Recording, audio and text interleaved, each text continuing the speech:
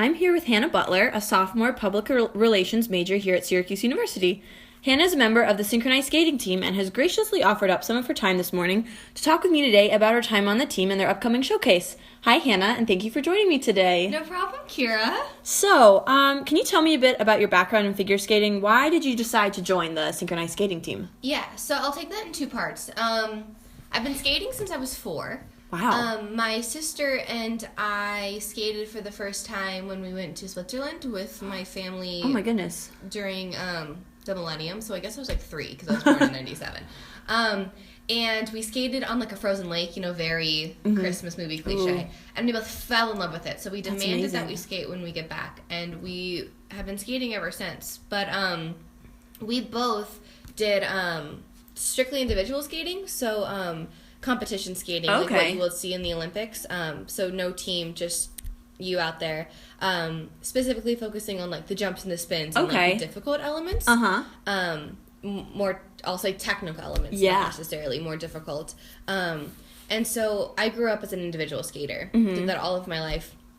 When I came to Syracuse, they had a synchronized skating team, which I had done for like a year when I was like 8, because my parents decided like we need a team sport because they didn't want us to get really like self-centered. Gotcha. Just skating by ourselves. Because we weren't on soccer teams or other things like that where we would like learn to work with people. And so I knew that I had done it before, and I knew that I had enjoyed it, and I wasn't looking to like skate competitively in college. I just wanted to have a little bit of fun with it. And so I tried out my freshman year and I made it. Wow. And it was really interesting because it's a very different skills in synchro. So there are things that I could do that no one else on the team could do. Like, that I brought really special. Like my jumps and my spins and like the technical skating elements. But then there were things that they could do that I had never done in my life. For example, skating attached to someone. Okay. So that's kind of how I got into synchro. Very cool. So you didn't apply to Syracuse knowing they had a team. You just learned they had one when you got here. I didn't... It didn't influence my decision at all, but I was aware that it existed. Because I did a quick, website search with all the schools that I applied to, just to see if I could get involved with skating in general. Because I was technically looking for like figure skating teams where you still do individual, but I thought synchro would be more fun because I was looking for friendship more than competitiveness. How was it adjusting to skating with a group of girls and having to be in sync as opposed to just doing individual skating like you kind of grew up doing? Yeah, it was the learning curve was steep, but it was really, really fun. So it's a team of 12 girls. And right now there's only 2 girls on the team that came from zero synchro background. Wow. And the other one joined my year as well. Okay. And so, and she's a year older, also PR major, so we spend a lot of time together. But that was really helpful because... Like, we would take the bus together and, like, practice the handhold every day on the bus because there's a really specific way you have to grab someone's hand in synchro. I didn't know that. Because if you interlock your fingers, that's really dangerous because if you pull, you could get twisted. Yikes. So there's a really specific way in which, like, the pinky lays and you grab. Oh, I had no idea. Which was totally foreign to us. Yeah, I had no idea either. And so... It was rough for, like, the first 2 weeks, especially, like, with traveling elements where you connect and travel down the ice, because that was just, like, a feeling I wasn't used to. But doing it with her helped a lot. Okay, great. So you told me how big of a group. It's 12 people. 12 girls. How often do you guys practice? 3 times a week, except only 2 of those practices are actually on the ice. The third is what's called off ice, where we run the routine in tennis shoes. Just to get footwork down and things like that, so we don't waste ice time, like, reviewing choreography. Okay. So what does, like, a typical practice look like? I know you just said you have kind of off the ice days, but what do you typically do? Do you learn routines? Do you... On ice? Yeah. Yeah. So we have a warm-up routine, both on and off the ice. So once we get on the ice, we have 5 minutes to stroke by ourselves to warm up our legs, and then we have an additional 5 minutes to stretch on the wall. You kind of use the skating wall like a ballet bar. Yeah. And then after that, we do about 5 more minutes of team warm-up. So we have like a crossover song that's played every single practice. Oh, that's fun. That we do our individual crossovers to. And then we have a footwork sequence in our routine that we run as well. Okay. And then, so that takes about the first 20 minutes of practice. But once that's over, now we're at the part of the season where we just drill the routine. Okay. We'll drill and then we'll stop and we'll adjust.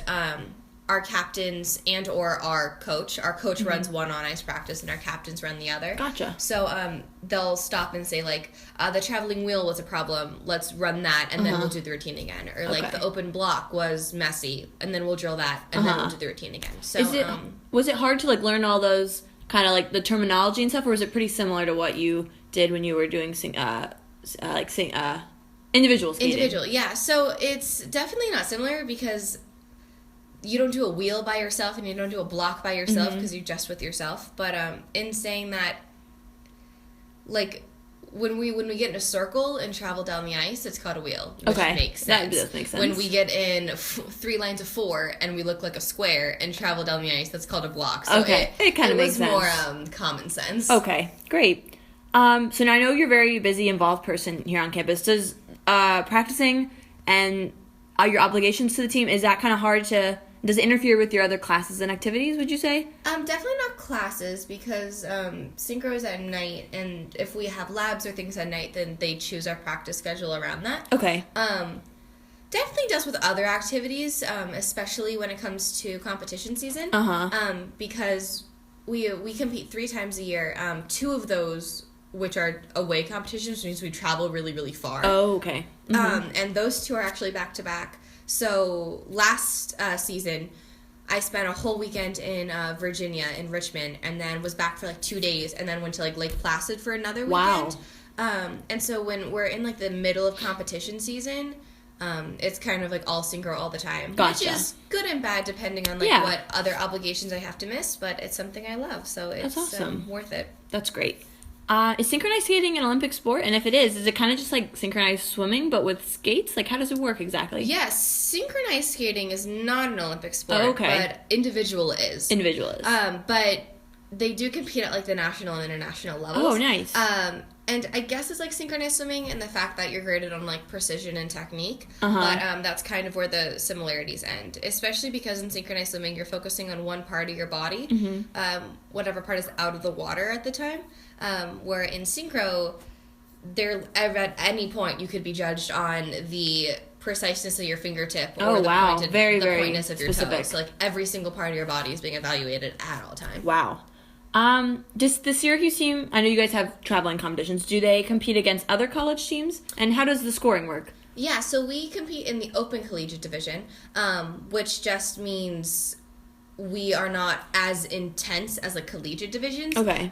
Because at Syracuse, it's a club sport. It's not a varsity sport. Gotcha. Which is basically where that line is. But yeah, we compete against all the schools on the East Coast of the country. That's like when we go to Easterns or sectionals. That's we're competing against people from like Maine to Florida. Okay, wow. Yeah, so there's a lot of synchro teams close. So Cornell has a synchro team we compete against. Oswego is like our big rival. Oh. Rochester has a team. Okay. So there's a lot from New York, which nice. We actually see at our local competitions That's too. Cool. Because then we can kind of scope them out for the big ones. Check them out. What would you say the most challenging thing is about synchronized skating? For me specifically, I would definitely say it's the uniformity, because that's something I'm not used to. But for every girl, really, like, there's one part, like, I dance a lot too. So when you learn choreography, like, everyone learns it at the same time. It should be simple. But with synchro, like I mentioned before, it's exactly the degree of your fingertip. And when you turn your head and when you turn it back. And, like, my feet could be doing the right thing, but I could be looking in an entirely different direction as everyone else. Yeah. Which you always know, like, when you're connected to someone and you're looking at each other, like, one of you is wrong because your heads are different directions. Oh, that's funny. So I would just say it's the really intense uniformity of it all. Wow. So you have a showcase coming up later this month. Can you tell me about that and, like, what a typical show looks like? Yeah, so we do 2 showcases a year, and those are different than our competitions. Those are just for our friends and the Syracuse community, because we get that, like, we can't ask our friends to, like, go to Rochester with us, or to Virginia, or, like, this year nationals are in Hershey, Pennsylvania. And so it's twice a year, and those are just more fun because it's for our friends. Our fall showcase, which is happening next week, is our competition routine. Okay. And then our spring showcase, which will be in April, is our competition routine, but like with lifts and more attitude, and like we make it more fun and visually appealing. I see. Because like we can't do lifts in the open collegiate level and things like that, but we can still execute them, and it's more fun for our viewers, for our spectators. And so that's really fun. But like the showcase coming up is actually it's a skating school show, because there's kids that learn to skate at Tennedy, and they do like talk classes. Oh, fun! And so each of the like learn to skate classes has like a little skating number that they do, and then we're like the special guest performers at the end. See. That's really nice. Do you guys wear certain uniforms at these showcases? Yeah, so every year we have a dress. Okay. And the dress changes every season depending on our music. So this year we're doing a mashup of songs from the movie Burlesque with Cher and Christina Aguilera. Okay. So it's like pink and black and kind of lacy, and gives the, feel of more of like a nightclub. Yeah. Where last year we did a Frank Sinatra medley, so they were maroon and really classy and had gold necklines. Oh, that's cool. But skating dresses are a world of their own, because every single one is custom. Wow. They sparkle from miles away because there's so many rhinestones on them. And, wow. Like synchro dresses are a little bit different than like my individual costumes, because individual are much shorter and synchro's much longer. Yeah. Because they like to see like the skirts flowing with everyone in them. But yeah, that's always my favorite part of the season, is getting our dress, because so fun. Our coach designs on by hand. Wow. Do you think you'd like to continue with skating recreationally after college? Definitely. I definitely want to coach. Oh, that's college, really great. Regardless of where I end up. Because I've when you're a skater in general, you test through what's called moves in the field levels, and then through free skate levels. Okay.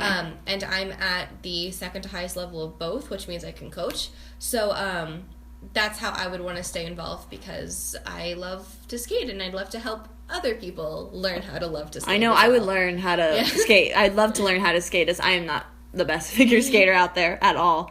And my final question for you, what would you say the most rewarding thing is about being on a skating team like that, like with a bunch of other girls? Yeah, I think it's the friends you make, and especially for me coming as a first semester freshman, I had older girls to look up to, like way before anyone else did, because I was on the team practicing before Club Rush even happened. Yeah.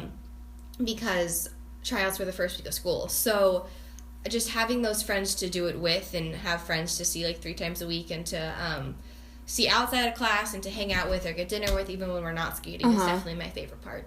Awesome. Well, thank you so much for all of your insight. I'm really looking forward to seeing your show in a couple of weeks. Of course. So nice talking to you. You too, Kira.